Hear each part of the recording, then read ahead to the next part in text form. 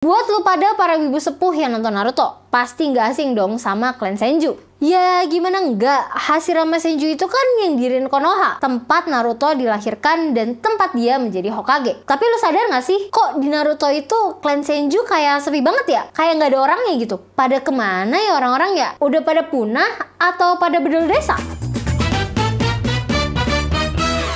Hari ini gua mau bahas kemana perginya para klan Senju. Klan ini kan punya role yang penting banget ya di cerita Naruto. Tapi kok pada hilang? Yang tersisa ya cuma si nenek Tsunade ini doang. Terus sisanya pada kemana? Apa sih yang terjadi pada klan Senju? Sebelum kita bahas lebih lanjut, kita rekap dulu nih. Sebenarnya apa sih klan Senju itu? Klan Senju ini adalah klan keturunan Asura yang punya musuh bebuyutan Uchiha, keturunan dari Indra. Pada masa perang Shinobi, mereka ini tuh saling bantai dan gak habis-habis pembantaiannya. Sampai pada akhirnya Hashirama Senju ini berhasil membujuk Madara buat udahlah damai aja, terus gimana kalau kita bikin desa?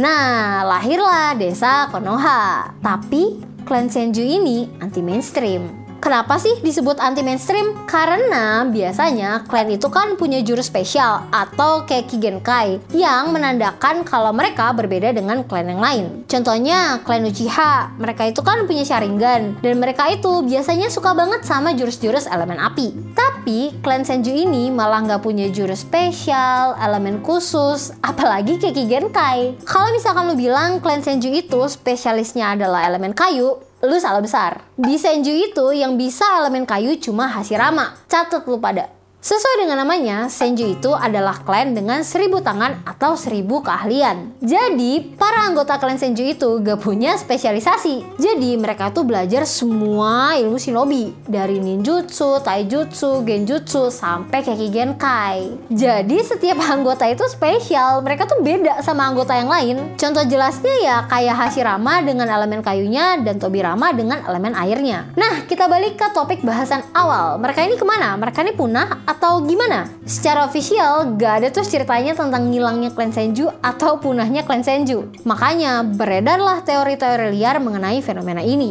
Yang paling pertama adalah fan teori dari CBR.com. Fan teori ini bilang kalau klan Senju itu ya punah karena mereka mati dalam perang. Ya klan Senju yang berhasil mengalahkan Uchiha dengan metode diplomasi mau nggak mau dapat title klan shinobi terkuat dari dunia shinobi. Jadi kalau ngomongin perang, adu kekuatan ataupun adu jurus, jelas Senju juaranya. Tapi ingat, berdamai dengan klan Uchiha dan mendirikan desa Konoha itu tidak menyelesaikan perang. Justru malah makin banyak. Jadi udah otomatis pasukan yang paling depan, paling kuat dan paling terpercaya ya klan Senju. Mungkin aja orang-orang Senju ini udah keburu mokat duluan sebelum mereka punya keturunan. Dan ingat, di dunia shinobi mau lu masih umur belasan tahun, lu udah turun ikut perang. Jadi kemungkinan besar ya banyak bocil-bocil yang belum sempet nikah udah keburu mokat duluan. Kenapa Hashirama nggak kirim klan lain aja? Di dunia shinobi, kekuasaan adalah kekuatan. Jadi kalau misalnya klan lain yang turun perang, berarti klan Senju nggak ada kontribusinya dong.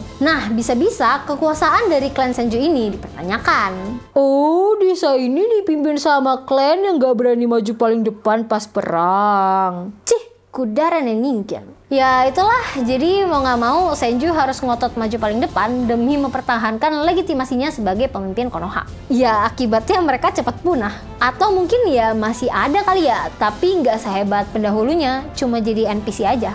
Tapi ada teori lain nih, kali ini dipopulerin sama Bang Eno Bening. Jadi dalam fan teori Eno Bening, klan Senju itu tidak punah, tapi melainkan memunahkan diri. Nah lo, gimana tuh maksudnya? Jadi gini, kita balik lagi ke belakang nih, dimana Hashirama itu akhirnya memutuskan untuk berdamai dengan Madara. Senju sama Uchiha kan akhirnya tinggal bareng nih di Konoha. Tapi kan tinggal bareng itu nggak bisa tiba-tiba langsung tinggal bareng. Ya jadi masih ada lah beberapa gesekan, terus yang selek-selek, yang masih ada lah. Ya gimana nggak? Kan dulunya bunuh-bunuhan. Situasi makin memanas nih, dimana pemimpin pertama dari Konoha itu adalah Hashirama yang berasal dari klan Senju. Udah pasti klan-klan lain yang tinggal di Konoha itu nggak terima gitu aja dong, apalagi si Uchiha. Untuk sedikit melegakan tensi, Hashirama sebagai ketua dari klan Senju membuat kebijakan. Dia bilang nih sama anggota klannya, "Udah lah, lu baur tuh sama klan-klan lain."